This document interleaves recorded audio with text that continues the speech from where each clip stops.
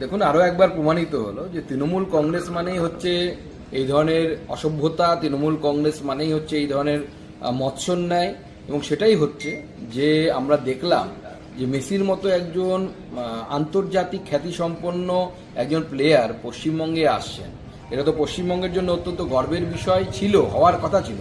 কিন্তু যবে থেকে এই প্রোগ্রামটা তৃণমূল কংগ্রেসের তরফ থেকে হাইজ্যাক করা হয়েছে, স্বরূপ বিশ্বাস হাইজ্যাক করেছে, অরূপ বিশ্বাস হাইজ্যাক করেছে, এদিকে এখানকার বিধায়ক তিনি হাইজ্যাক করেছেন।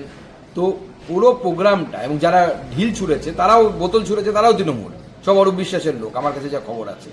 এবং শুধু তাই নয়, টিকিট বিক্রি হয়েছে 5,000 8,000 টাকা করে, এবং সেই টিকিটের কালোবাজারি হয়েছে।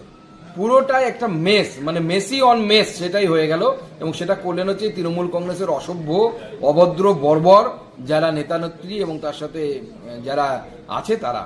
এবং প্রমাণ হলো যে পশ্চিমবঙ্গের পুলিশ এইটুকু প্রফেশনালিজম নেই যে এত ভিড় কিভাবে কন্ট্রোল করতে হয় সেটা পর্যন্ত জানে না। তৃণমূল কংগ্রেস দল এবং তৃণমূল সরকার এই দুজনে মিলে মেসিকে মেস করে চাললো।